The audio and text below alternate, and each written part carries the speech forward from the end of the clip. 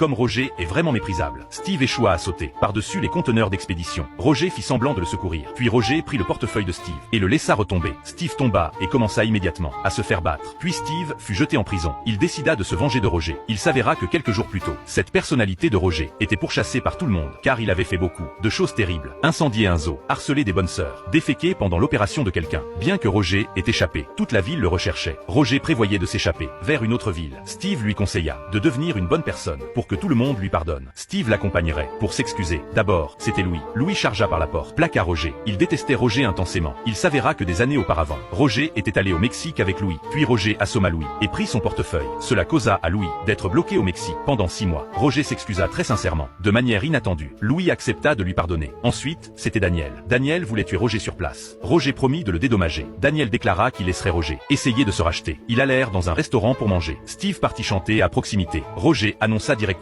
ses plans de voler une cargaison de pulls. Daniel déclara qu'il ne voulait pas reprendre le blâme. De manière inattendue, Roger prévoyait de faire porter le chapeau à Steve cette fois.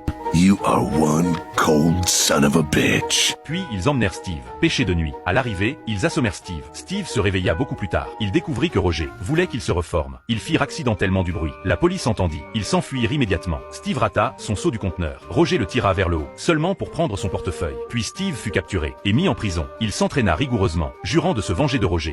Un alien peut réellement produire du lait. Si la production de lait diminue, il suffit de lui donner à manger et c'est bon. Stan a immédiatement pensé à un moyen de gagner de l'argent. Alors il a inventé une machine à traire automatique, le nourrissant continuellement. De cette façon, il y aurait du lait illimité. Mais la famille avait pitié de l'alien, suppliant Stan de le laisser partir. Les frais de scolarité du prochain semestre n'ont pas encore été collectés.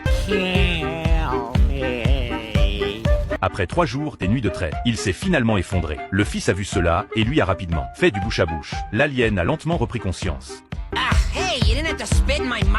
Stan n'a eu d'autre choix que d'abandonner. Mais le lendemain, Steve, qui avait fait le bouche à bouche, ne pouvait pas arrêter de vomir, se sentant toujours mentalement confus. Chaque jour, il se regardait dans le miroir et découvrait qu'il était en fait enceint. Steve a rapidement raconté cela à sa famille. Qu'est-ce qui se passe? Tu es clairement un mâle. À ce moment-là,